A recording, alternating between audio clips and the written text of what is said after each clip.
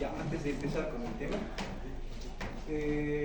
cuando uno sale ya médico, prácticamente eso hacen todos, porque ven esa necesidad. ¿No es cierto que la medicina se estudia toda la vida? Aquí van a estudiar porque alguien les dice que estudie, ¿no? Cuando ingresen, ¿quién les va a decir que estudie? O sea, el humano solito, o sea, hace cosas por sí mismo, pero es siempre buscar la ayuda de alguien que se asocia con el ser humano. Los médicos cuando ingresan, si hacen alguna especialidad o no, se asocian, forman sus sociedades. No digo sus clubes de amigos, sino sociedades científicas.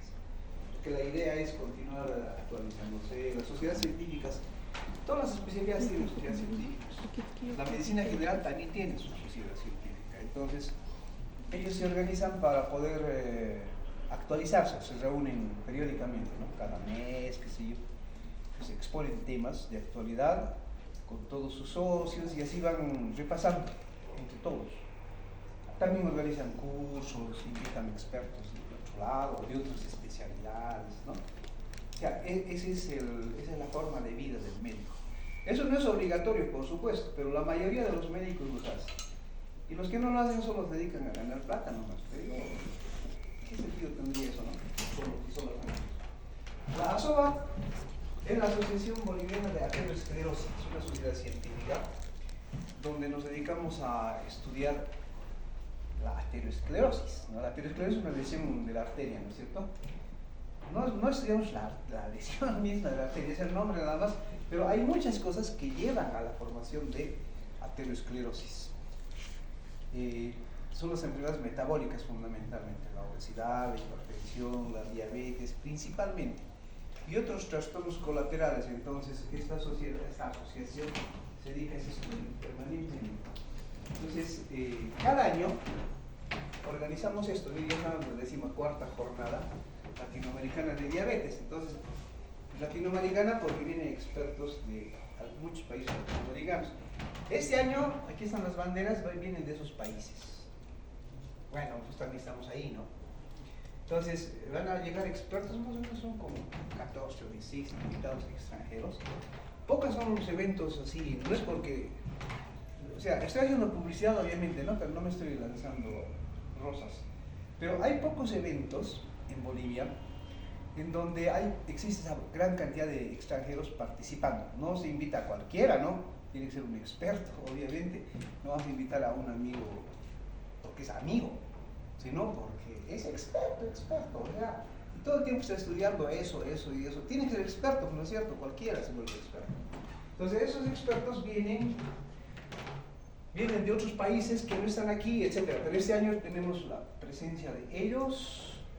Van a ser el 10, 11 y 12 de octubre, habitualmente en septiembre, pero como andan viajando los expertos, entonces tienen que coincidir con la fecha, ¿no? Y entonces, bueno, octubre. En un hotel abajo, eso es lo más triste, no tenemos un espacio de evento científico. Ustedes dirán, pero hay mucho auditorio, ¿no? Es un evento internacional, o sea, es gente que viene de muchos lugares, viene de los Estados, va a venir de los Estados Unidos, un experto, no han puesto su bandera. Eso podemos decir, el que viene de Estados Unidos es como el Messi o el Maradona del fútbol.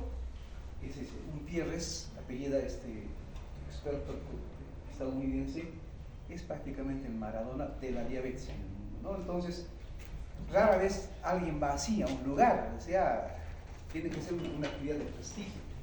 Y rara vez en Bolivia, por lo menos en los países, claro, van expertos, creo que hasta de otros planetas, ¿no? ¿Sí? Es difícil que lleguen los expertos, ¿sí? O sea, en esa cantidad, quiero decir. Entonces, yo creo que, sin exagerar, este es uno de los eventos, o tal vez el evento, el único más grande académico-científico, porque estoy haciendo esta propaganda, para que ustedes participen, porque también está abierto a los estudiantes de medicina, no al público en general, porque tiene un nivel académico, obviamente, que el público en general no lo va a entender, ¿no? Entonces, a todos los médicos, estudiantes de medicina, residentes, o sea, ahora el último eslabón son los estudiantes de medicina. Por eso cobran más barato los estudiantes de medicina la inscripción. A los médicos especialistas son 600 bolivianos, casi $100, ¿no? Está barato. Eso es para pagar el alojamiento de los expertos. Ellos Ellos no cobran, pero sí hay que pagarles todo, ¿no? Su viaje, su estadía, el hotel. No lo vamos a llevar a un hotel así nomás, ¿no es cierto? Tampoco el auditorio puede ser así, es decir, hay esas cosas. Ellos organizan en sus países eventos que también invitan a los bolivianos. Entonces, el trato es más o menos recíproco, ¿no? ¿Se dan cuenta? Son expertos, o sea, no son aprendices. Entonces, hay ciertos niveles que se conservan en estas cosas y algo van a ver, van a vivir, ¿no? Y se necesita, o sea, cobrar algo, ¿no? Debe ser uno de los más caros también, me imagino. Y los estudiantes pagan 100 pesos, los estudiantes. 100 pesos, ¿cuántas salchipapas es 10 pesos?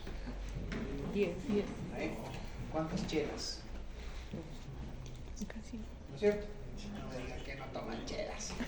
Los he visto en la semana de medicina por todo lado. Bueno, entonces, esto es obviamente una publicidad. Gracias por aprovechar los que estén aquí. Y pueden inscribirse. Se pueden inscribir por vía digital. Yo voy a pasar a los del grupo QR, o personalmente en el Hospital de Clínicas, en el pabellón Italia. Así. Luego les voy a traer más novedades de esto, ¿ya? Bien, entonces va a hablar de diabetes, ¿no? Es un tema que preocupa mucho al mundo, porque como dijimos en la primera clase, es una enfermedad que causa desastres, ¿no? Anula muchas cosas, afecta a mucha gente y cada vez hay más diabéticos. Yo creo que cuando ustedes egresen van a ver muchas enfermedades, pero lo que más van a ver son diabetes. Entonces, sería un pecado no aprender bien diabetes. Cuando nosotros estudiábamos, la gente se moría más en el país por enfermedades infecciosas. Entonces, como íbamos a trabajar en Bolivia, a menos que tengamos la suerte de ir a algún otro lado, ¿no? Entonces había que dominar las enfermedades infecciosas. Ahora en Bolivia la gente sigue muriendo por enfermedades infecciosas, pero más muere ahora por enfermedades metabólicas, estas no transmisibles. Entonces, en todas las universidades del mundo se hace más énfasis ahora en la enseñanza médica en esos temas metabólicos. Entonces, no puede haber un estudiante que no domine el metabolismo, ¿no? El médico general tiene que saber y tiene que manejar eso. La diabetes lo manejan el médico recién egresado, el médico de familia, el médico especialista, el subespecialista, o sea, todo el mundo. Estoy hablando de otros países, hay niveles de atención. Entonces hay nivel primario, secundario y terciario de atención de diabetes, de hipertensión, de obesidad, de todo eso. Según la complejidad, obviamente atienden en el segundo o tercer nivel, ¿no? Y si no es muy complejo, si no está complicado, por ejemplo, una diabetes, atienden en primer nivel y ahí es donde controlan, hacen su seguimiento durante toda la vida del enfermo diabético. Ese es el manejo. Y en nuestro país, lamentablemente, no todos los colegas generales manejan diabetes. Entonces, todos los diabéticos se vienen a este hospital. Si no están asegurados, por eso son las filas ahí. La mayoría de los pacientes tienen diabetes o complicaciones de la diabetes. Son hipertensos, tienen problemas de líquidos, etcétera, etcétera. Entonces, eso es un indicador de... ¿De qué? ¿Por qué tanta fila en los hospitales en Bolivia, en los hospitales públicos? ¿Qué cosa nos está mostrando eso? Indicadores. Los indicadores son, digamos, son signos, ¿no? Que nos dicen que algo está mal, que es ese algo, ¿no? Por ejemplo, un diabético, en teoría, un diabético, si a mí me diagnostican diabetes, no debería presentar ninguna complicación seria hasta cumplir los 100 años de edad, por ejemplo. Nada, ninguna. Pero para eso me tienen que tratar bien, yo tengo que cuidarme, alimentarme, ¿no es cierto?, tomar mis medicamentos. O sea, hay diabéticos, niños, que van a sus fiestas piñata, entonces comen torta y no tienen complicaciones. Hay atletas diabéticos, maratonistas, etcétera, que pueden sufrir, ¿no es cierto?, desequilibrios energéticos, pero tienen su médico, pues. El médico les dice muy bien, antes de correr, media hora antes, después de comer, durante la carrera, coma esto, inyéctese, no tome o no se inyecte, igual a los niños, a todo el mundo. Eso es un buen manejo. Pero los diabéticos son los que se complican más. Entonces es un indicador de que los médicos en el mundo entero están manejando muy mal la diabetes. ¿Por qué cada vez hay más diabéticos? Los médicos estamos fracasando en la prevención de la diabetes. Entonces, ¿por qué no manejamos bien o por qué no prevenimos bien? ¿Por qué? puede ser porque no nos interese, ¿no es cierto? Ahora, en un pensamiento maligno, yo digo, asombroso y hasta criminal, diríamos, está bien que hayan diabéticos, ¿no? Yo voy a tener harto paciente en mi consultorio y voy a ganar. No, la medicina no es para eso, ¿no? Yo creo que un ser humano equilibrado no pensaría esas cosas, ¿verdad? La labor del médico es justamente evitar que hayan enfermos, ¿sí? Esa es la labor del médico. Pues no estamos previniendo bien. Y la prevención de la diabetes es sencilla. No sé, podemos simplificar diciendo que todos los días hay que comer frutas y verduras, pocas grasas, pocas frituras, hacer ejercicio, no aumentar de peso y está. Y no van a ser diabéticos. ¿Se dan cuenta? Entonces es el éxito de la prevención. Entonces en el mundo entero, estoy hablando de forma global, hay sistemas de salud que son muy eficientes en eso, pero en general en la mayor parte del mundo no ocurre esa cosa. Entonces el médico no está haciendo bien su trabajo. Ese es un indicador del poco desarrollo académico del médico. Es un médico subdesarrollado. No es buen médico. Y no es algo de otro mundo. Por eso estamos haciendo énfasis, estamos haciendo lento en el estudio de esto, porque la base de la fisiología pancreática les va a servir para entender las enfermedades metabólicas. Claro, lo que yo digo aquí no es todo, obviamente, ¿no? Sino solamente hablamos del eje y hay muchas ramas a partir de ese eje y ustedes tienen que complementar con las ramas en otras clases o en las lecturas personales, etcétera, etcétera. Bueno, estos eventos también son para eso, o sea, son para gente que ya conoce diabetes, pero que hay que actualizarse más, etcétera, etcétera. Los nuevos que vayan aprendiendo qué es esto, cuáles son las nuevas tendencias en la diabetes, en fin, todos los días hay noticias nuevas de la ciencia, ¿no? Que investiga la diabetes o cualquier enfermedad. Entonces hay que ir, como leer periódico cada mañana, tenemos que leer nosotros la información científica de lo que nos hemos comprometido a hacer, o sea, nos hemos comprometido con nosotros mismos a ser médicos. Los médicos tenemos que ir actualizándonos todos los días. Miren cuán compleja es la diabetes, que ahora es una subespecialidad de la medicina. O sea, hay diabetólogos, gente que se dedica solo a la diabetes y es muy complejo. Y dentro de la diabetes, dentro de los diabetólogos, todavía hay, digamos, ultra especialistas, solamente en pie diabético, por ejemplo. Así como hay oftalmólogos que se especializan solo en problemas de la retina. ¿Se dan cuenta? Es como especializarse, a ver, me especializaré en el pulgar izquierdo. No, eso es una exageración, obviamente. Pero es tan compleja la ciencia, conocimiento, las enfermedades, la fisiopatología, etcétera, que necesita gente, la ciencia, que estudia a profundidad hasta la última molécula en algo, ¿no? Esa es la ultra especialidad. Entonces yo creo, hasta ahora hay especialidades de cuarto nivel, yo creo que vamos avanzando hasta el quinto nivel y así. Hay obesólogos, el nombre no es muy aceptado, algunos se dicen son bariatras, bueno, lo que sea, pero estudian la obesidad.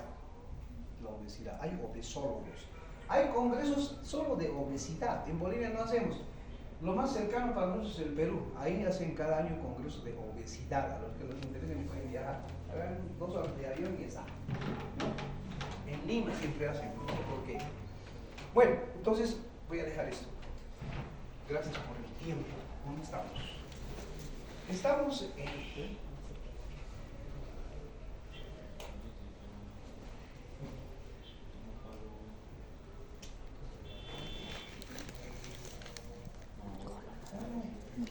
Algo tiene en mi mano que no puedo desplazarlo, ahora sí. Bien, hemos visto esto, el proceso de síntesis de la insulina, ¿verdad? Es muy similar o tiene características generales con la síntesis de cualquier otra proteína, a partir de la expresión génica. Ahora vamos a, de la insulina hay que complementar algo más. La expresión génica, o sea, es la expresión de la información genética que se encuentra ahí, en los genes, ¿no es cierto?, de los cromosomas. La insulina tiene información en un solo gen, eso es monogénico. Hay otras sustancias que tienen información en 2 genes, 3 genes, pero la insulina es monogénica. En el cromosoma 11, ahí se encuentra el gen que guarda la información para la síntesis de insulina. Eso, digamos, está por ahí. Luego hemos visto que la estructura, o sea, después de muchos estudios han descifrado la estructura de la insulina, y es ella, ¿no es cierto? Y tenemos ahí la secuencia de aminoácidos. Una vez obtenida la secuencia, ahora la tecnología permite hacer esto en el laboratorio. Entonces, eso es lo que hacen, obtienen aminoácidos. ¿De qué tamaño es un aminoácido? ¿Han visto un aminoácido alguna vez? Es desconcertante. Estos laboratorios trabajan con cosas invisibles. Hacen una serie, hay obviamente protocolos para separar una cosa, enzimas. Uno supone que el enzima está ahí, está actuando, pero imagínense, aislar un aminoácido, un RNA, que no se mezcle con el RNA de mi cabello o del laboratorista, ¿no es cierto? Finalmente, después de tanto proceso, el volumen de líquido, el tejido que uno iba observando, al final ya no hay nada. O sea, a la vista, ¿no? Hay que agregar sustancia, hay que centrifugar y ya no ve nada. Es desconcertante. Estamos acostumbrados, digamos, a ver siempre cosas, ¿no? Y relacionar con su existencia. Pero hay cosas que no vemos y está así. Y así encuentran esto. Imagínense, la tecnología es fantástica. Bueno, entonces obtienen y ordenan así los aminoácidos y tienen la molécula de insulina. Es la insulina sintética la que se usa actualmente en el mundo entero para el tratamiento. Ya no, como lo decía en la anterior clase, se usaba la insulina de los animales. Se extraía principalmente del chancho, del páncreas del chancho, la insulina porcina, ¿no? Y eso se inyectaba a los humanos. Entonces, como es una proteína de otro ser, de otra especie, causaba problemas alérgicos, retrasos. Bueno, hasta ahí quedamos. Ahora, la expresión génica, ya hemos hablado que es expresión génica, ¿no es cierto? Es decir, ¿qué cosas hacen que el gen de la insulina se exprese? Hay varios factores involucrados en esto. Digamos, lo que estimula, o sea, los que estimulan la expresión génica, significa, o en otras palabras, quiere decir que son factores que hacen que el gen, o sea, que la información que está en el gen de la insulina, ¿sí?, en el cromosoma 11, se exprese, o sea, se copie, se transcriba, ¿no es cierto? Y se sintetice siguiendo los pasos que hemos visto ahí en la primera diapositiva, o sea, aquí. Eso ocurre después de que el gen se ha expresado ya. En el ribosoma se ha ensambladado esa cadena de aminoácidos y luego ya una vez en el ribosoma, ya no está en el núcleo, ya está sintetizado, va purificándose, ¿no? Y esta es la molécula definitiva de la insulina y el péptido seco de importancia, ya hemos hablado. Entonces, los factores, los principales factores que estimulan esa expresión génica, en otras palabras podemos decir qué factores estimulan la síntesis. Una cosa es la síntesis y otra cosa es la secreción, ¿no es cierto? La síntesis es el ensamblaje, digamos, de la proteína, de la sustancia. Y la secreción es la salida de esa sustancia de la célula. No estamos hablando de la secreción, estamos hablando de la síntesis. Entonces, los factores que estimulan la expresión del gen, fundamentalmente es la glucosa. No es el único, ¿no? La glucosa estimula principalmente la expresión del gen. Ciertos niveles de glucosa. La insulina se produce solo en las células beta, ¿verdad?, del páncreas humano y de todos los animales. Entonces, el páncreas, entonces, allí es donde se expresa el gen. Allí, porque allí están todos los factores involucrados para que ese gen se exprese. Ahora, esa misma información debe haber en otros tejidos, ¿no? Pero no se expresan. ¿Por qué? Porque no hay receptores, no hay elementos involucrados en eso, etcétera, etcétera. Entonces, la exclusividad es el páncreas. Y la glucosa tiene que ingresar a la célula beta. Podemos ver luego la regulación. Ahora, hay canales, hay proteínas por donde ingresa la glucosa a la célula. Son una lista de más de 10 proteínas de la misma especie, se llaman GLUT. O sea, son transportadores de glucosa. ¿Eso qué es el GLUT? G-L-U-T, GLUT.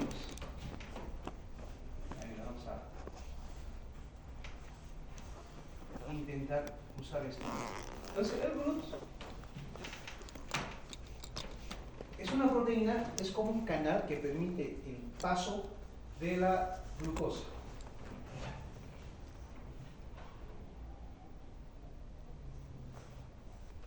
Ya, es el caso. Ay, a mí me toma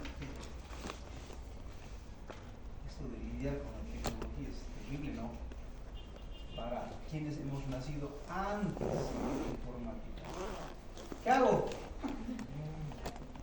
quiebra estas cosas. Está en el artículo, otra vez vamos a poner aquí. Ya. Creo que así, ¿no? ¿No?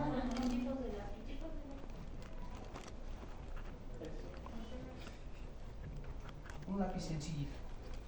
¿Qué color les gusta? A mí me gusta el rojo. ¿Ahora sí? Good. Pero hay una lista de varios glúteos. ¿No les ha pasado esto? Con este dedo voy a escribir, ahora borraré con este, ¿no? ¿No? Vamos a usar. Ya, entonces el GLUT. El GLUT4 es el más abundante. El GLUT4 sí necesita insulina. Vamos a hablar con detalle posiblemente hoy al final. En cambio, el GLUT2 es el que existe en la célula beta. El GLUT2. Y este GLUT2 no necesita insulina.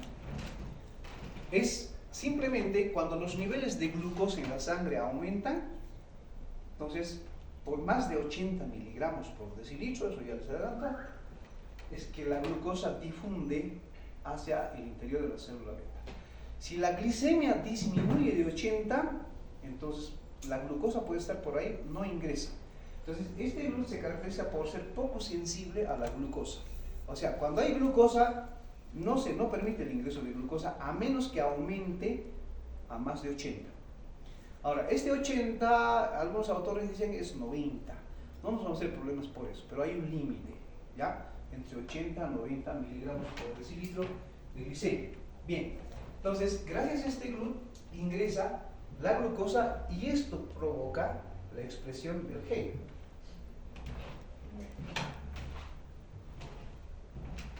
Otros elementos, por ejemplo, el glucagón, vamos a ver luego los estimulantes directamente, pero el GLP-1, en la anterior clase hemos hablado de la GLP-2, o sea, un péptido parecido al glucagón, que es GLP, glucagón like peptide. Este es el 1. El 1 es sintetizado en el duodeno, el 2 en el páncreas, de eso hemos hablado en la anterior clase. Entonces, el 1, vamos a hablar también, son las incretinas. Hay dos incretinas muy conocidas. Vamos a hablar luego de eso. La hormona de crecimiento, la prolactina, que ya conocen ustedes, el lactógeno placentario, es decir, durante el embarazo y la lactancia, va a aumentar la producción de insulina. Porque hay un mayor estímulo para la... Y eso tiene que ver mucho con el manejo metabólico en el embarazo. O sea, la fisiología del embarazo es algo diferente en la mujer al periodo de no embarazo. O sea, la fisiología no es igual durante toda la vida. La fisiología del niño es algo diferente a la fisiología del adulto, igual que la fisiología del anciano, ¿no? Bueno, no estamos estudiando fisiología general, pero les menciono esto por si alguien tiene interés de ver cómo funciona el cuerpo o el páncreas del niño, del anciano o de la embarazada. Bien, ahora, como siempre hay contrarios, ¿no? Si no tendría algo su razón de existir. Si algo existe, si ven que algo ahí está al frente, es que tiene algún contrario, si no, no estaría allí. Tiene uno o más contrarios, siempre es así en la naturaleza, o sea, hay que buscar. Esto parece algo metafísico, ¿no? Pero esa regla, digamos, es una ley, ¿no? Una ley que determina, el determinismo. No todo está determinado así, pero siempre hay un contrario, ¿ya? Y los contrarios, los que inhiben esa expresión génica, son estos. La somatostatina, digamos que inhibe todo, ¿no es cierto? No. Entonces, ni hablar de la somatostatina. Algunos neurotransmisores como la adrenalina, la epinefrina es la adrenalina. ¿A quiénes les gusta la adrenalina? Entonces, está produciendo poca insulina, ¿no? ¿Pueden ser diabéticos? No, precisamente. Pero esto es importante cuando usamos fármacos, por ejemplo, que tienen reacción, ¿no? O sea, son adrenérgicos, se llaman, se parecen a la adrenalina. En farmacología lo van a entender. El glucagón, la leptina, que ya conocen, el glucagón lo vamos a estudiar en la siguiente clase. Bien, los inhibidores principales. Ahora, Eso es normal, es decir, tiene que haber una acción de ambos para regular la expresión del gen de la insulina, porque si hay un desequilibrio, entonces se va a producir mucha insulina o se va a producir poca insulina, ¿verdad? Eso ya no es normal. Bueno, entonces tienen que estar presentes, son necesarios ambos. Ahora, esa expresión, ante la presencia ya sea de los estimulantes o los inhibidores, está alterada en estas situaciones y otras más. Estas son las más importantes. Está alterada en la glucotoxicidad. ¿Se acuerdan? Les he dado una pequeña tarea de averiguar qué es glucotoxicidad.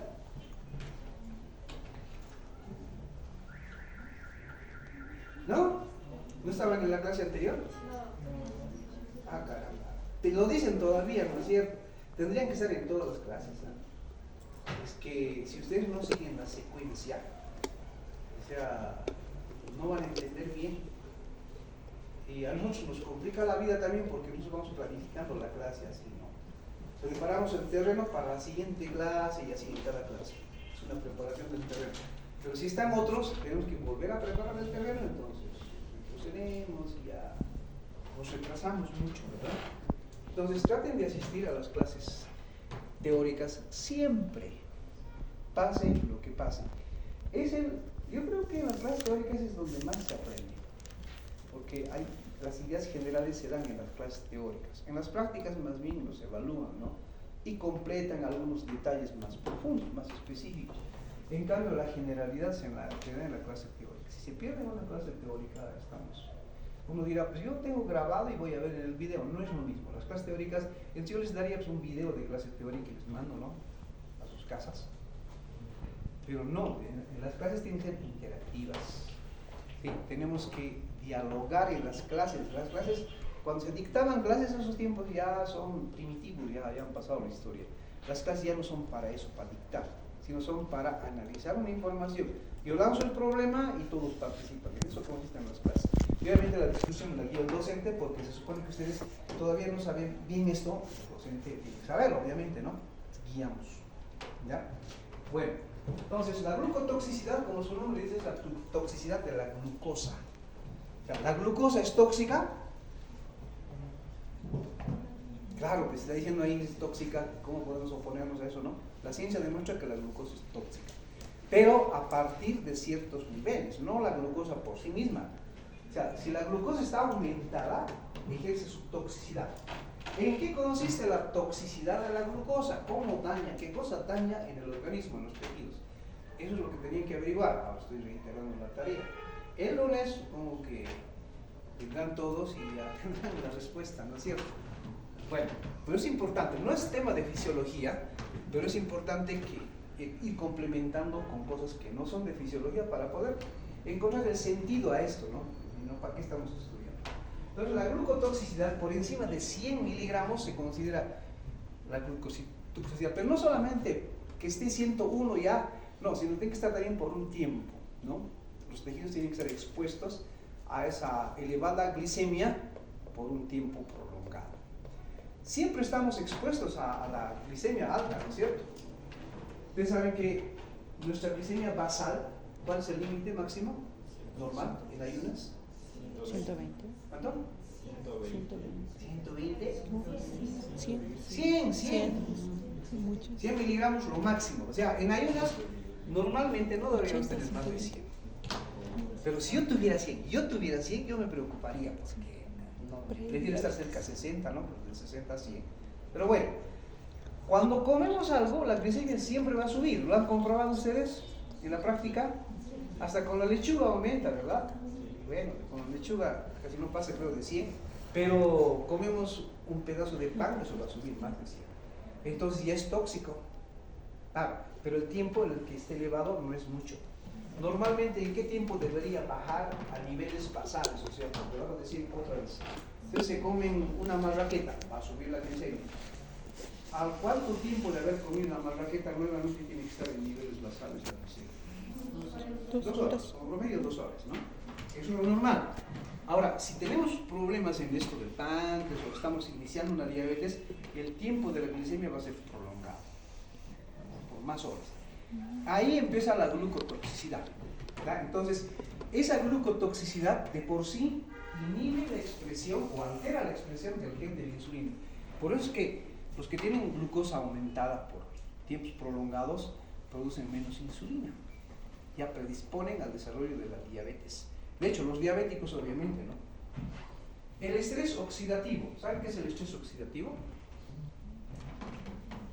Estrés oxidativo. ¿Saben qué es estrés? ¿Es cierto? ¿Estrés qué es? ¿Qué es estrés? Anoche los bolivaristas antes de las 8:30 estaban en estrés, ¿no es cierto? Durante el partido también.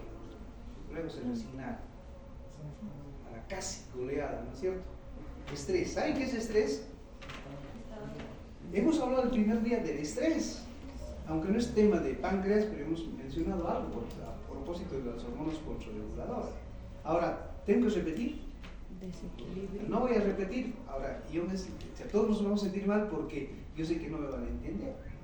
Y ustedes no lo van a hacer, ¿no es cierto? O sea, hay frustración en ustedes y en todos, en docentes y estudiantes. Entonces, no provoquemos eso, ¿sí? Debemos estar contentos de venir aquí a aprender cada día algo más. Pero si venimos así intermitentemente, por turnos, siempre vamos a estar tristes, ¿sí? Porque no vamos a sentirnos felices, porque no estamos aprendiendo, por eso. Bueno, entonces, el estrés es una reacción del organismo frente a una agresión. Cualquier agresión, o sea, causa alteración en nuestra homeostasis. Una agresión física, una agresión psicológica, ¿no? Efectiva, causa trastornos en nuestra homeostasis. Entonces puede alterarnos el metabolismo.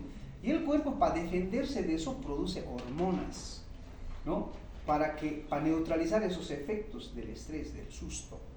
Hemos puesto el ejemplo de esa noche. Si este edificio comenzara a moverse, ¿no? Todo el mundo va a entrar en pánico, ¿verdad? Estrés. Algunos van a estar tranquilos, muchachos, tranquilos, va a ir bajando, se pondrán en un lugar seguro, ya. Terremoto, sí, terremoto. Otros empezarán a gritar, mamá, papá, persignarse, que sí, otros llorarán, tal vez alguien se desmaye, ¿no? Entonces, ¿quién ha manejado mejor el estrés? El que está tranquilo. Su organismo reacciona frente al estrés, se adapta frente al estrés. En cambio, nosotros no. O sea, también hay problemas en cuestiones emocionales, culturales, ¿no? Para hacer frente al estrés. Otro ejemplo que es real. Cuando van a la guerra los soldados, por más entrenados que estén, cuando ya están yendo al frente, ¿no? Tienen miedo, ¿verdad? Mucho miedo.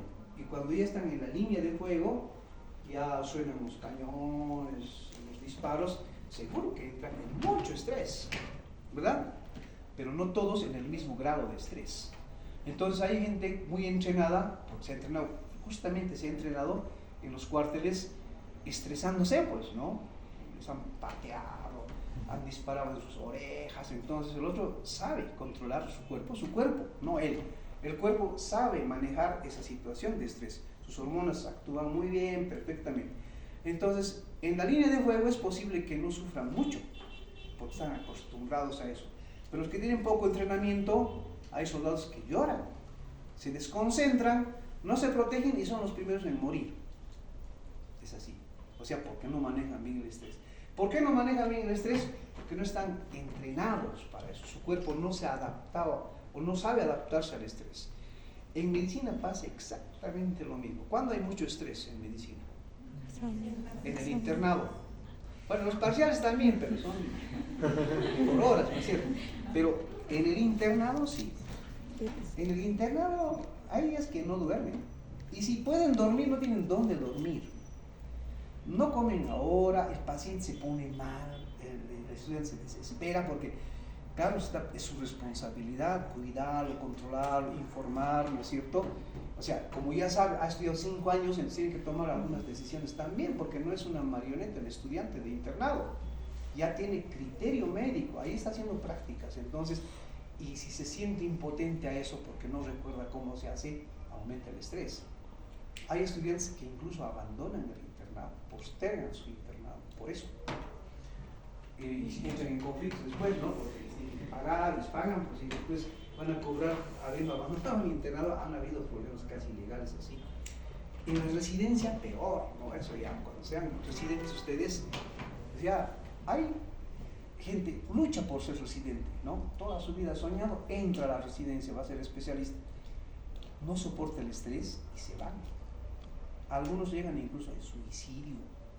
De verdad, no estoy exagerando, o sea, parece mentira, ¿no?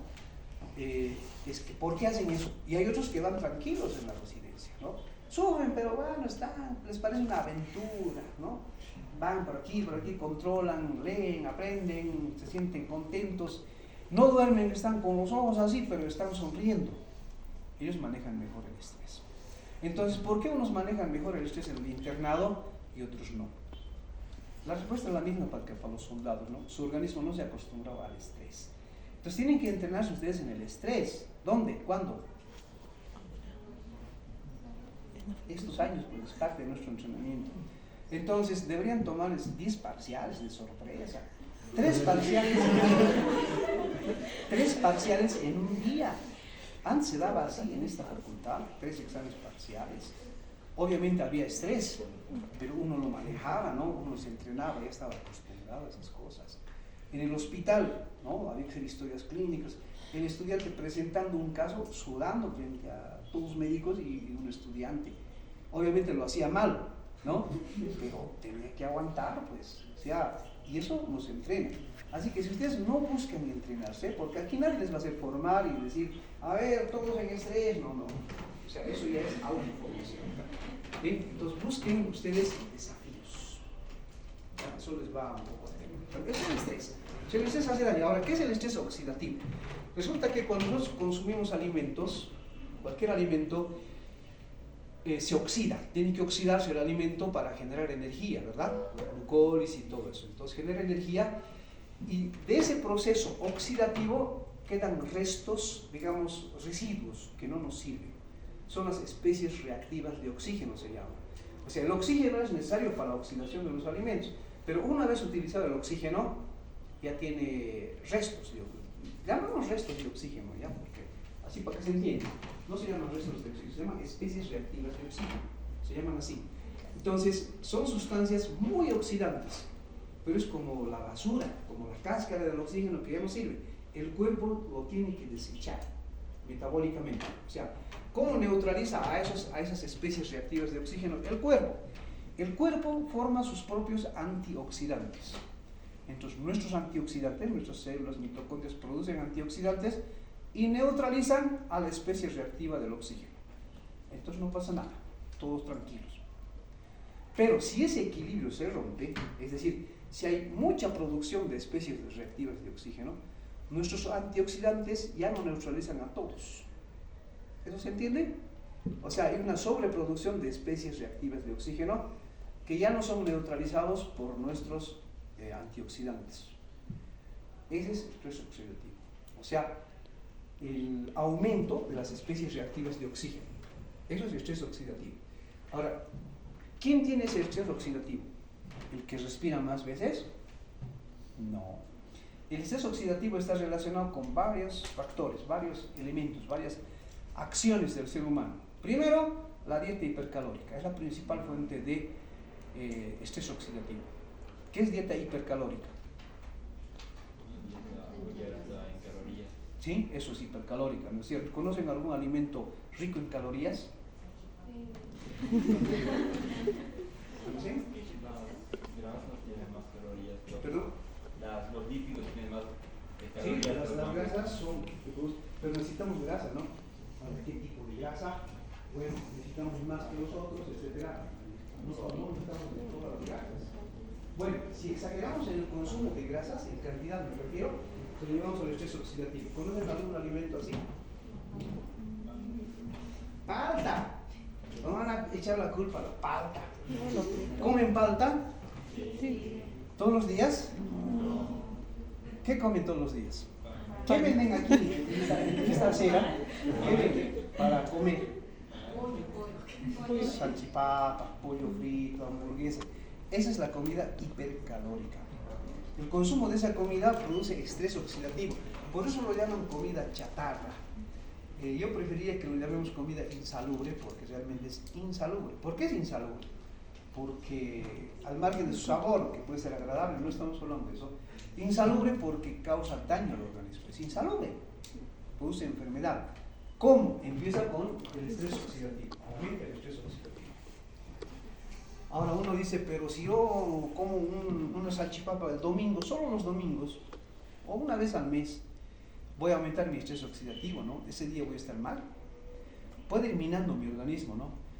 Porque mis antioxidantes no alcanzan para neutralizar eso. Entonces, ¿qué hago si mis antioxidantes no alcanzan? ¿Qué hago? ¿Qué puedo hacer? ¿Voy a la farmacia y compro antioxidantes para tomar? Sí, hay que comer antioxidantes. Claro, no hay eso en la farmacia. ¿Dónde puedo comprar antioxidantes? ¿Dónde creen que hay? ¿Perdón? ¿Había que ir a saltar un viñedo?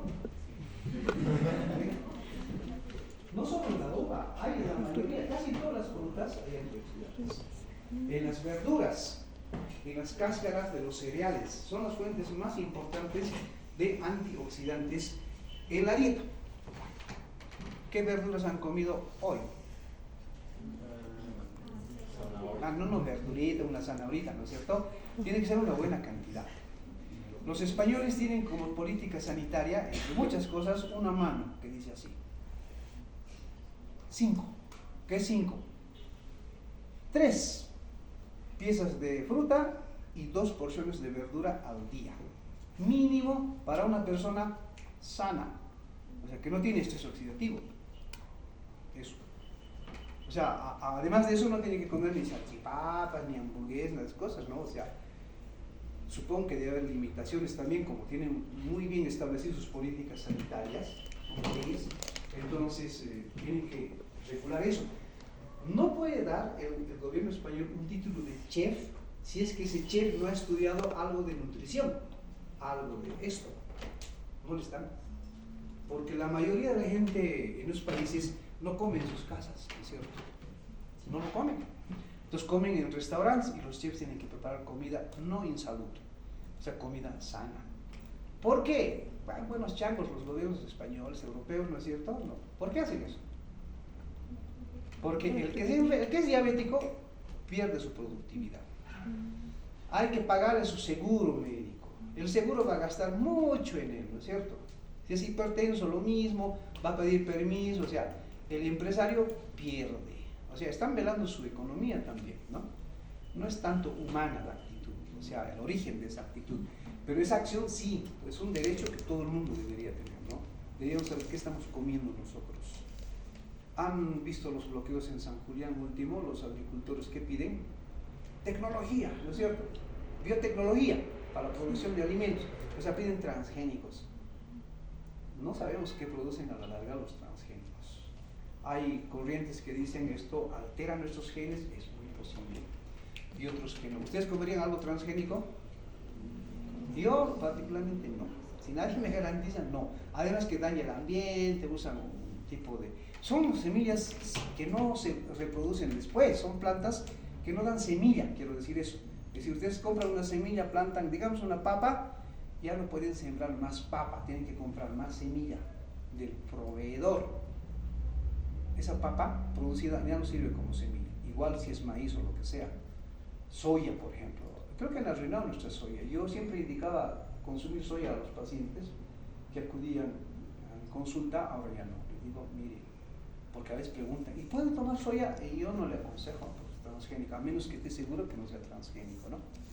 Es así. Entonces, el comercio, la economía también van alterándonos por otro lado, ¿verdad? Bueno, lo cierto es que nosotros como médicos debemos tener muy presente eso, cómo neutralizar el estrés oxidativo. Los estudiantes de medicina están obligados a comer salchipapas, porque solo venden eso, ¿no? ¿Y con qué se come la salchipapa? Con Coca-Cola. Peor, ¿no es cierto? Aumenta el estrés oxidativo. Pero, ¿por qué no pueden consumir con agua? Porque alguien les dice, no, hay que comer con Coca-Cola. La pizza con Coca-Cola, salteña con Coca-Cola, así nos dicen. O sea, ya no decidimos, no los deciden. Usted tiene que usar zapatos que diga Adidas. No, así no se ve bien. Hay propagandas que escucho, es hora de renovar sus vajillas. ellas están bien, no hay que renovar. O sea, hay nuevos colores, nuevas, o sea, ¿qué es eso? A ver, ¿qué vamos a hacer con los que ya hay? ¿Los vamos a romper? O sea, es el mercantilismo, ¿no? Hace mucho daño a muchas cosas, pero también a nuestra salud. Entonces tenemos que tener suficiente personalidad. Los médicos, primero para ejercer eso en nosotros, ¿no? Y luego convencer a los pacientes. Eso es parte de nuestra actividad. Si fracasamos en eso, bueno, pues como médicos no somos útiles. O sea, hay que cambiar la mentalidad de la gente. Lo que estoy haciendo ahorita, ¿qué es? Tratando de cambiar su mentalidad, ¿no es cierto? ¿Cuántos se van a hacer caso? Si tuvieran nota, nos veríamos al año exactamente aquí, con todos ustedes, hablando de lo mismo, ¿no? Pero no tienen nota. ¿Sí? ¿Qué van a salir? ¿Dónde se van a ir? A las salchipapotas, a comer alitas, ¿no es cierto? Bueno, entonces tengan presente, el exceso oxidativo disminuye la producción de insulina. Aún no estemos obesos, nada de eso. ¿Sí? Aunque seamos atléticos. Ahora, hay otros factores que aumentan el exceso oxidativo. Es decir, poco consumo de antioxidantes, el exceso de comida hipercalórica, el tabaquismo aumenta el exceso oxidativo. El tabaco mata más por exceso oxidativo que por cáncer pulmonar. Ahora, el exceso oxidativo produce también mutaciones de los genes y puede generar cáncer. Está muy relacionado con eso. Si el exceso oxidativo no solo afecta a la insulina, afecta a muchas cosas. Es un tema apasionante el exceso oxidativo, muy largo, pero bueno, de eso también van a hablar en las jornadas latinoamericanas. Bien, la glicosilación no enzimática es consecuencia de la glucotoxicidad. Hay proteínas que normalmente sí se unen a una glucosa, son las glucoproteínas, por ejemplo. Pero hay proteínas que no deberían unirse a la glucosa, pero como hay exceso de glucosa, entonces se glucosila. Esa es la glucosilación no enzimática.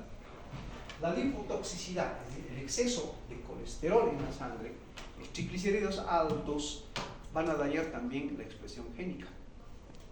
¿Se dan cuenta?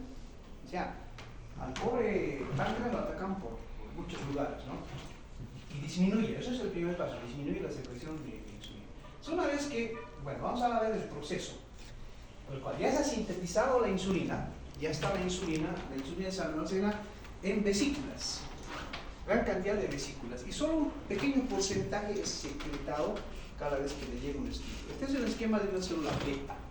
Lo encuentran en cualquier libro, hay un libro de Guyton también. GLUT2, eso es lo primero, aquí empieza la historia. GLUT2, el transportador de glucosa que, digamos, entre comillas, se abre, ¿no? Se activa para dar paso a la glucosa cuando la sangre tiene una glicemia de más o menos 80-85 miligramos por decilitro. ¿Sí? Recién se va a secretar insulina. Entonces, si nosotros tenemos 60 miligramos, no secretamos mucha insulina, o sea, mínimo sí, ¿no? Aquí estamos hablando de la secreción ya propiamente dicha de la insulina. Luego vamos a ver la secreción basal de insulina, o sea, siempre hay un poco de insulina. Entonces, si la glicemia no sube, no hay insulina circulante, por eso nuestra glicemia no baja. Imagínense si con 60 se secretara insulina, nuestra glicemia bajaría mucho, ¿no? Entonces entraríamos en coma y moriríamos, probablemente. Entonces, gracias a esta poca sensibilidad, es que este límite mantiene una glicemia general.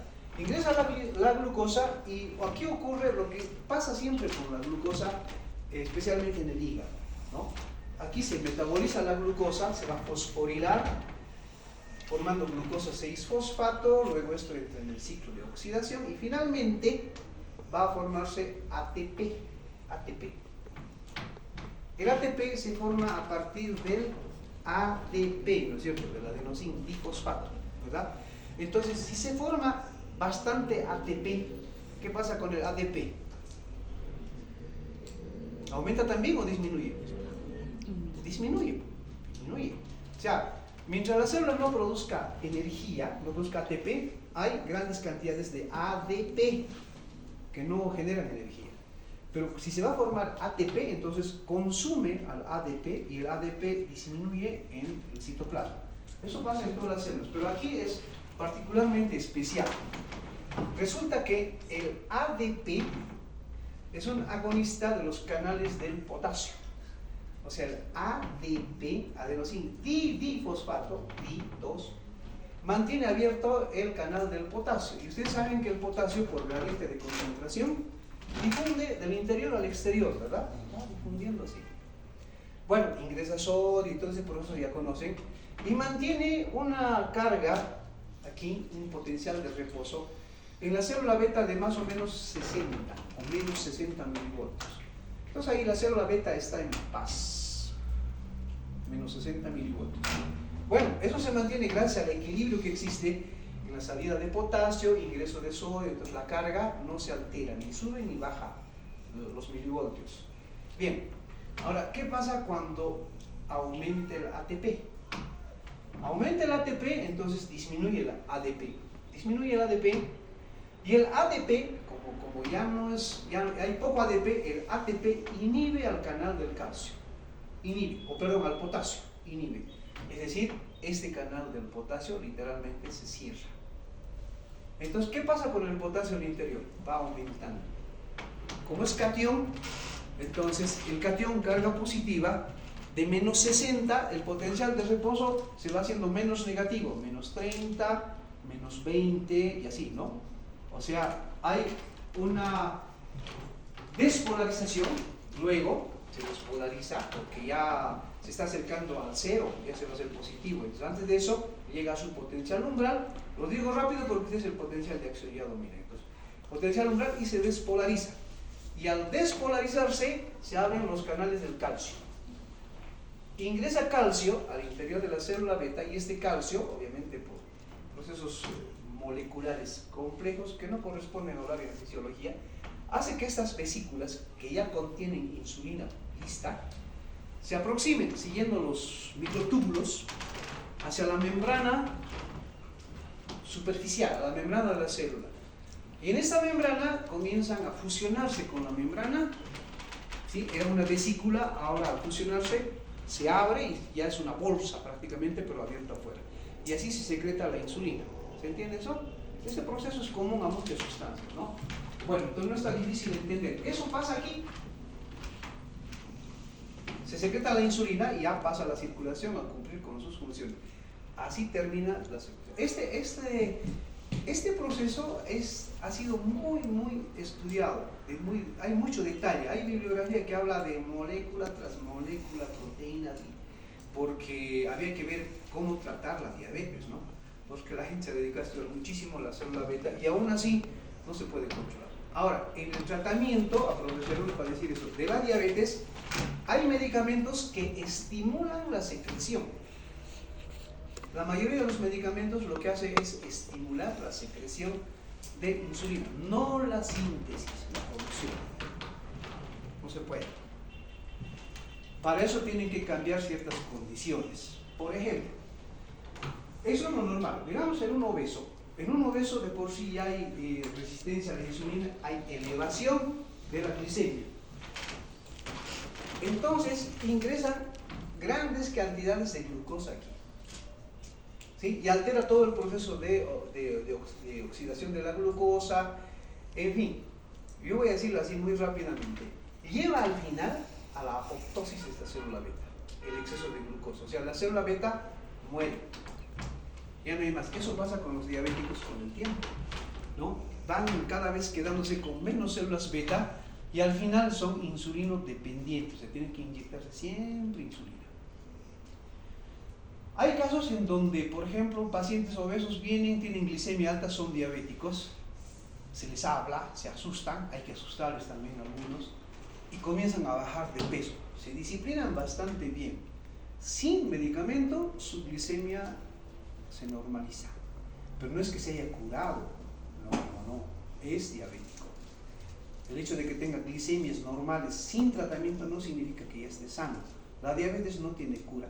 Porque si en algún momento ha aumentado es que algo se alteró aquí. Ahora, pasa que la célula beta, por ejemplo, cuando hay exceso de glucosa, no muere aún, pero no produce suficiente insulina. Entonces, cuando los factores que han aumentado la glicemia se borran o desaparecen, es como si esta célula hubiera entrado en un reposo. Cuando ya más o menos el metabolismo se está normalizando, estas células vuelven a funcionar y a producir insulina. O sea, no mueren tan fácilmente, resisten. Entonces eso es lo que pasa en las personas que ya son diabéticos, pero sin tratamiento, bajan de peso, ya antioxidantes, todo eso, y normalizan eso porque las células, sus células beta han despertado, han vuelto a producir insulina. Eso es interesante, este proceso en la diabetes, y hay que tenerlo siempre en cuenta, ¿no? Es decir, los pacientes, ahora, por ejemplo, hay algo que puede ser un error en el tratamiento de la diabetes. Esta célula produce poca insulina ya, pero no está muerta. Hay exceso de glucosa, diabético. Esta célula con tanta glucosa se está intoxicando, se está muriendo, pero no está muerta. Produce, a duras penas va produciendo insulina. Bien, entonces, ¿qué le dan a los diabéticos? Un medicamento que estimule la secreción de insulina. Es decir, a esta célula moribunda le damos más trabajo todavía. Y al final lo matamos.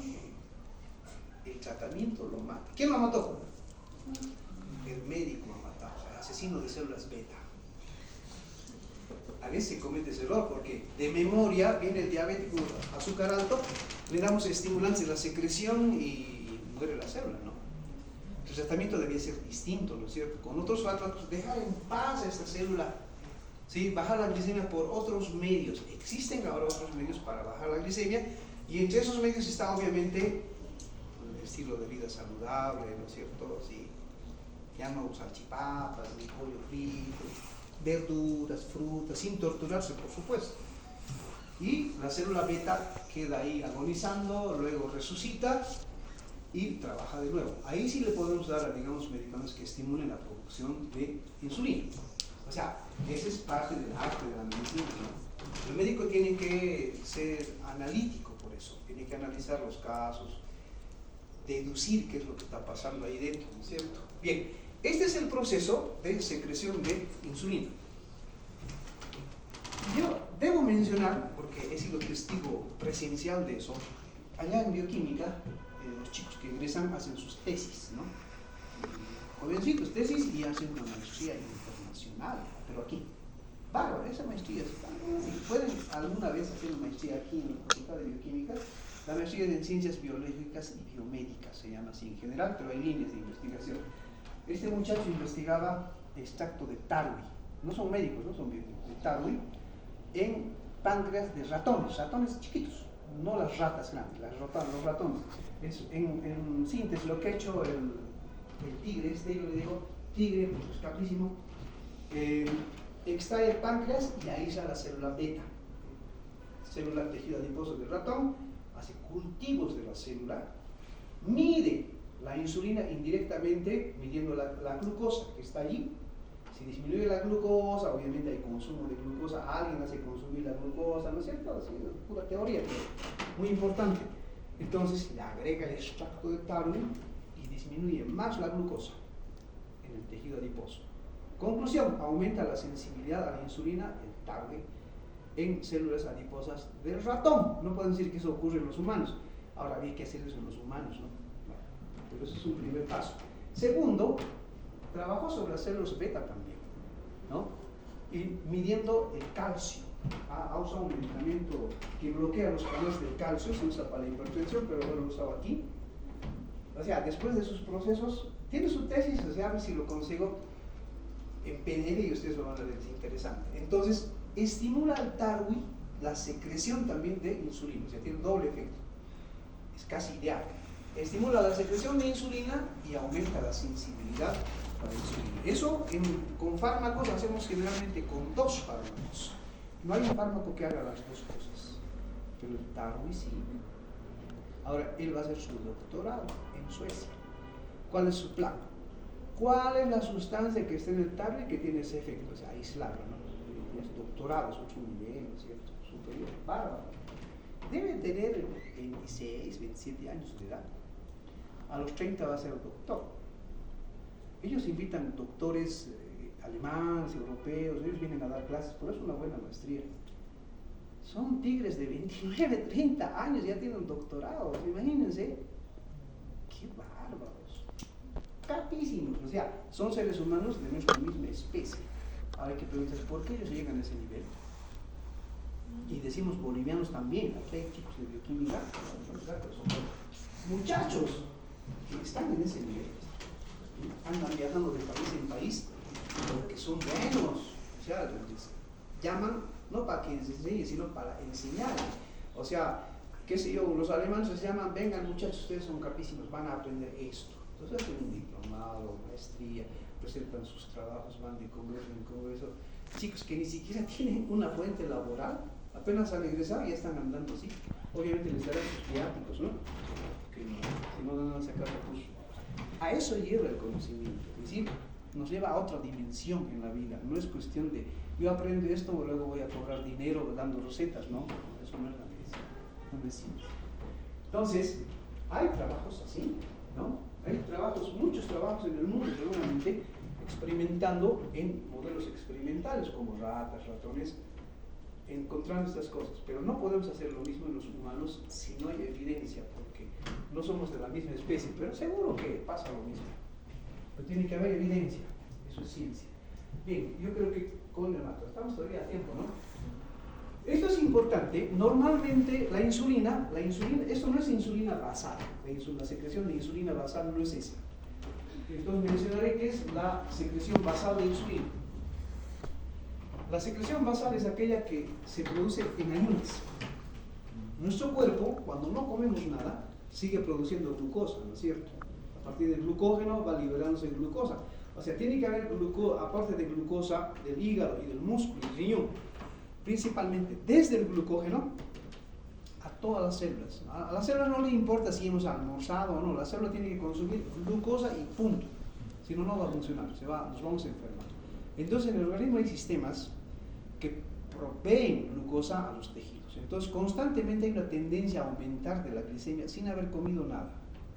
Entonces, se libera justo por eso la insulina, sin que comamos nada. Se libera, hace que esa glucosa ingrese a las células y nuevamente baja la glucosa. Vuelve a aumentar la glucosa en la sangre y se libera insulina. Esa es la secreción basal de insulina. Es oscilante, es ondulante, es pulsátil. Por eso se llaman pulsos. ¿Ya? Se secreta por pulsos la insulina. Y eso es oscilante junto con la glicemia. Pero no estamos hablando de eso, por eso ya está entendido. Esta es la secreción de insulina postprandial, después de comer. Ya no es basal.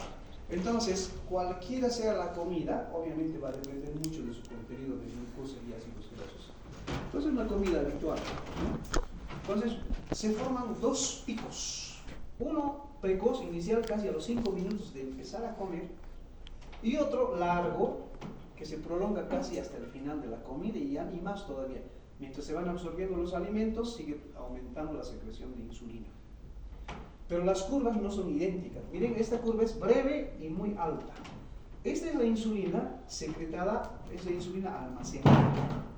¿Recuerdan? En la célula beta hay siempre vesículas con insulina, siempre hay vesículas con insulina. Entonces, esa primera fase corresponde al primer estímulo, donde se libera gran cantidad de vesículas, aumenta la insulina rápidamente. Es el primer pico. Luego viene el segundo pico, o sea, el resto de las vesículas y la nueva insulina que se va sintetizando. Recuerden que la glucosa ya entró a la célula beta, entonces hay excreción química. Entonces, rápidamente se forma nueva insulina, más lo que quedaba en las otras vesículas comienza a secretarse más lentamente y no alcanza niveles tan altos. Esta es la segunda fase. Esto es lo normal en la secreción de insulina. Bueno, si comemos por más tiempo, pues mientras más se vaya absorbiendo los alimentos en el intestino, la glicemia va a seguir alta, entonces va a seguir secretando glucosa, ¿no es cierto? Bien, los autores afirman que este primer pico depende fundamentalmente de la glucosa, no exclusivamente, ¿no? Fundamentalmente. Y esa segunda fase depende fundamentalmente de los ácidos grasos de cadena larga de la comida. No tanto de la glucosa, pero no exclusivamente de los ácidos grasos, sino depende más de los ácidos grasos. O sea, son ellos los que van a estimular. Es decir, los lípidos también estimulan la secreción de insulina, claro que sí, pero nosotros hemos hablado solamente de la glucosa, ¿no es cierto? Pero el mecanismo es el mismo, porque igual los ácidos grasos se van a oxidar, ¿no es cierto? Y van a formar ATPs, ¿no? Bueno, esto. Ahora, en los diabéticos, cuando uno está empezando con su diabetes, este pico es bajo.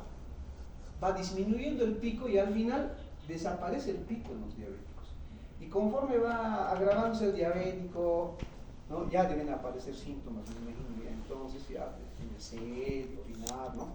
Esto se va haciendo más bajo y más corto, obviamente, porque las células beta ya no producen suficiente insulina. Bueno, vamos a suponer que nuestro diabético no tiene insulina ya. Ahora, ¿qué vamos a hacer? Tiene que inyectar su insulina. Y la insulina inyectada generalmente se inyecta en el tejido subcutáneo. Entonces el mismo paciente se inyecta generalmente, porque no va a ir, tiene que inyectarse antes de cada comida, ¿no? No va a ir donde el médico, doctor, ya voy a comer, inyécteme. No, el paciente mismo o un familiar lo inyecta en la casa. Entonces hay que imitar estas dos fases con la inyección de la insulina. Entonces se le inyecta la insulina de acción rápida, que se absorbe rápidamente para simular este pico. Simultáneamente otra insulina que se absorbe lentamente, que simula este otro pico. Nunca se llega a un trazo idéntico, pero sí se asemeja. Ese es el tratamiento ideal de la insulinoterapia. Y sí. ¿Cómo conseguimos eso? Bueno, podemos medir la insulinemia del paciente, ¿no? Mientras hacemos el tratamiento, pero eso ya es una cuestión académica, ¿no? Para ver si estamos haciéndolo bien. ¿Sí? El paciente no nos va a pagar eso, no tiene por qué pagar. Nosotros tenemos que sacarle la billetera y decir, a ver, haga. Puede ser mi trabajo de investigación, que sé yo, ir a las jornadas de diabetes, voy a hablar de esto. Tengo que investigar, ¿no? Tengo que aportar con algo a la ciencia. Bueno, entonces el objetivo es ese, ¿ya? En el tratamiento de la insulinoterapia. Por Dios, ¿por qué? ¿Mi dedo está envenenado o qué? Ya. ¿Qué pasa con la...? Bueno, esta es una relación, tienen esto en el gaito. Pueden ver ahí la referencia, ¿no? Que la concentración de glucosa, la relación de la glicemia con la secreción de insulina. Aquí a partir de 90 nos indica, comienza a aumentar la insulinemia, ¿sí? Y a medida que aumenta la glicemia, va a aumentar la insulina, ¿no? Esta es la línea de la insulina. Bueno, ¿hasta cuánto va a aumentar la insulina? Si la glicemia, por ejemplo, llega a 400 o 500, ya la insulina no va a aumentar más. Se va a seguir produciendo, pero ya no más alto, ¿no? Las concentraciones se van a estabilizar. Esto cuando el páncreas puede responder, pero en un diabético no vamos a encontrar eso. Por eso que los diabéticos ya su glicemia, la glucosa ya no ingresa a la célula y se quedan nomás ahí circulando. Bueno, eso es solo para mostrar. Está en el gaito y ustedes pueden ver eso. ¿Qué es lo que pasa con la glicemia? Estos pulsos de 5 a 10 minutos es la secreción basal. O sea, cada 5 a 10 minutos va liberándose un poco de insulina y luego va bajando, ¿no? Son pulsos, pulsaciones. Tiene mucho que ver obviamente con las concentraciones de glucosa. La glucosa es la que provoca la secreción de la insulina. La glicemia basal es la que provoca las pulsaciones basales de insulina. Bien, ahora, ¿a qué sangre se libera? El páncreas drena su sangre al sistema porta, ¿verdad? Bien, entonces la insulina no va a los tejidos. Primero tiene que pasar por la aduana, va al hígado. Ahí va. Y en el hígado, más o menos la mitad de la insulina se metaboliza. O sea, ahí queda, no sé, como impuesto, algo así, vamos a hacer alguna analogía. Pero no toda la insulina secretada va a llegar a la circulación mayor. Por lo menos el 50% es destruido en el hígado.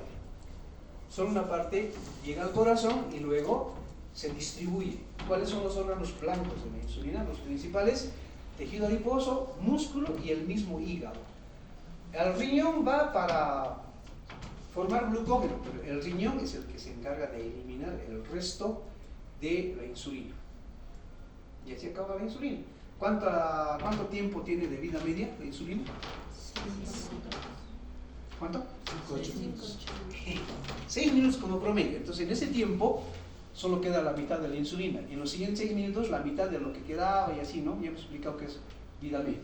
Bueno, ahora, la diabetes, por ejemplo, hay pacientes que confunden esto. Son diabéticos de muchos años, ya tienen afectado el riñón, porque la diabetes afecta a todo el organismo, hasta la conciencia.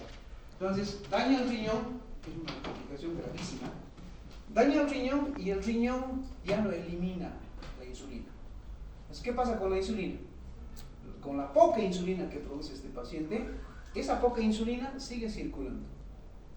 Entonces, baja su glicemia sin que se administre mucha insulina o prácticamente sin insulina. Entonces el paciente dice, mi azúcar ya no está alto, ya no me estoy inyectando, ya me he curado de la diabetes. Pero no, está en la fase final de su diabetes, va a morir pronto. Porque ese riñón ya no funciona, por eso su insulina ya no se elimina. Por eso la poquita insulina va quedando en su sangre, dando vueltas y haciendo su trabajo, obviamente.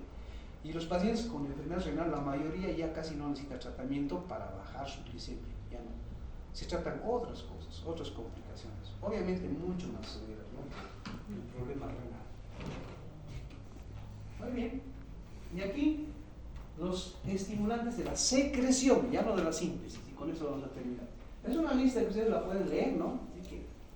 Y este cuadro, o más, inclusive más completo, se encuentra en muchos libros. Pero haremos una pequeña explicación rápida antes de irnos. Entonces, el glucagón es un estimulante, tener en cuenta. El sistema parasimpático, o sea, la acetilcolina, es el estimulante. La adrenalina es inhibidor, ¿no es cierto? Si usan algún medicamento que bloquea la acetilcolina, ¿qué esperan? Por ejemplo, en mi grupo hemos puesto el ejemplo, la acetilcolina, el bloqueante de acetilcolina, por ejemplo, se usa para el dolor de estómago. La mayoría de los antiespasmódicos hay que bloquear la acetilcolina, entonces el músculo se relaja y ya no duele, ¿no? Pero al hacer eso, estamos bloqueando también el efecto en varios lugares, ahora en el páncreas, por ejemplo. Entonces estamos haciendo que este paciente produzca menos insulina. Por lo tanto, ese tipo de medicamentos habría que dar con mucho cuidado en los pacientes diabéticos, ¿no? Si le damos una tableta no va a pasar nada, pero si es un tratamiento de varios días, sí, puede aumentar su glicemia. ¿No es cierto? Hay medicamentos que pueden agravar la diabetes, medicamentos que no son para la diabetes, sino se da para otras enfermedades, porque el diabético casi no es solo diabético, siempre tiene otras enfermedades. Tiene derecho, ¿no? Porque si ataca al corazón, es además cardiópata. Si además está afectado a su riñón, ya tiene 3 problemas grandes: diabetes, nefropatía, cardiopatía. Puede tener neuropatía, enteropatías, puede estar amputado del pie, puede estar ciego y sigue vivo el diabético. O sea, ¿qué calidad de vida nos da eso? Pero así viven los diabéticos. Y dice, doctor, de algo hay que morir. Eso no es problema, todos vamos a morir de algo, sino lo que importa es cómo vamos a vivir hasta la muerte, o sea, hasta el último día. Tiene que ser de calidad, ¿no es cierto? Entonces, la labor del médico es mejorar lo más posible la calidad de vida del diabético, tanto físico como emocional. Si a mi paciente que siempre come papa le digo, usted no va a comer más papa, lo estoy matando. Y hay colegas que hacen eso en su afán de controlar la diabetes, y eso es un error grave. En endocrinología lo van a aprender. Las incretinas, vamos a hablar después de esto, las incretinas son hormonas también que se producen en el intestino en la presencia de alimentos, especialmente de glucosa. Ustedes consumen glucosa, la glucosa, además de absorberse, va a estimular, ¿no es cierto?, después de absorberse, la secreción de insulina. Pero esta glucosa también estimula la producción de esta hormona, y esta hormona, a su vez, estimula mucho más la producción de insulina. Las incretinas. Ahora hay incretinas sintéticas. Es parte del tratamiento también en algunos casos de diabetes que toman incretinas ahora. Bueno, son interesantes las incretinas. Bueno, hay contraindicaciones también con las incretinas, ¿no? O sea, eso se va viendo con el tiempo, no había sido tan bueno, etc. Todo eso van a hablar en las jornadas de diabetes. Les voy a mandar el programa de las jornadas de diabetes, para que ustedes vean qué temas les puede interesar. Van a grabar en video, les van a dar en discos los videos, pero a los que se inscriban, ¿no? Cuando ya llegue el momento de hacer endocrinología les servirá. Algunas enterohormonas, como la gastrina, conocen esto, la secretina, la colecistoquinina, pero su acción no es cuantitativamente muy importante, pero tienen esa función. La hiperglicemia, aminoácidos, ácidos grasos, el ejercicio físico aumenta la secreción de insulina, la actividad física. Por eso el tratamiento en los diabéticos es triasociado: medicamento, comida y ejercicio físico. Si no se combinan los tres, no funciona. Hay diabéticos que no pueden caminar. ¿Qué ejercicio van a hacer? ¿Qué ejercicio podrían hacer? En este momento, ¿quién está gastando más energía? Ya, todos callados, yo también. ¿Quién está haciendo más gasto de energía en este momento? O bien lo que estoy hablando. ¿Quién gasta más energía de todos los que estamos aquí? ¿Quién está bajando de peso? ¿Ustedes o yo? Yo, ¿por qué? Porque mis músculos están contrayéndose. El solo hecho de estar parados ya es un trabajo, es un consumo energético bárbaro, porque mis músculos están, imagínense, como si fuera un ser humano, ¿no? El músculo está agarrando al esqueleto. Jalen, muchachos, no jalen mucho, dado se caiga, ¿no es cierto? ¿Sí? Yo tengo que estar quieto, ¿verdad? De un pie, además. Ya está. Entonces yo estoy gastando energía, ustedes no. Ustedes están relajados, ¿no es cierto? Entonces eso también es actividad física. Entonces la actividad física no siempre es trotar, jugar algo, porque un diabético no va a poder hacer eso, ¿no? No ve bien, ya no siente, le van a hacer un foul si juega fútbol y él no va a sentir nada. Tienen fracturas de los huesos del pie. Hay pacientes diabéticos que tienen fracturas y nunca se han dado cuenta de eso. Imagínense si rompe un hueso y no sentir dolor, porque compromete la sensibilidad de los diabéticos, ¿no? O sea, es terrible la diabetes. O sea, hay que idear actividades físicas para cada caso. Inhibe, cuando no, la somatostatina inhibe todo, ¿no es cierto? El simpático, el ayuno, claro, porque baja la glicemia, entonces se va a producir poca insulina. La hipoglicemia, obviamente, y la leptina. La leptina también está metida en esto. Bien, ¿tienen alguna pregunta? Vamos a quedar aquí. ¿Qué pasa con la actividad mental si hay hipoglicemia?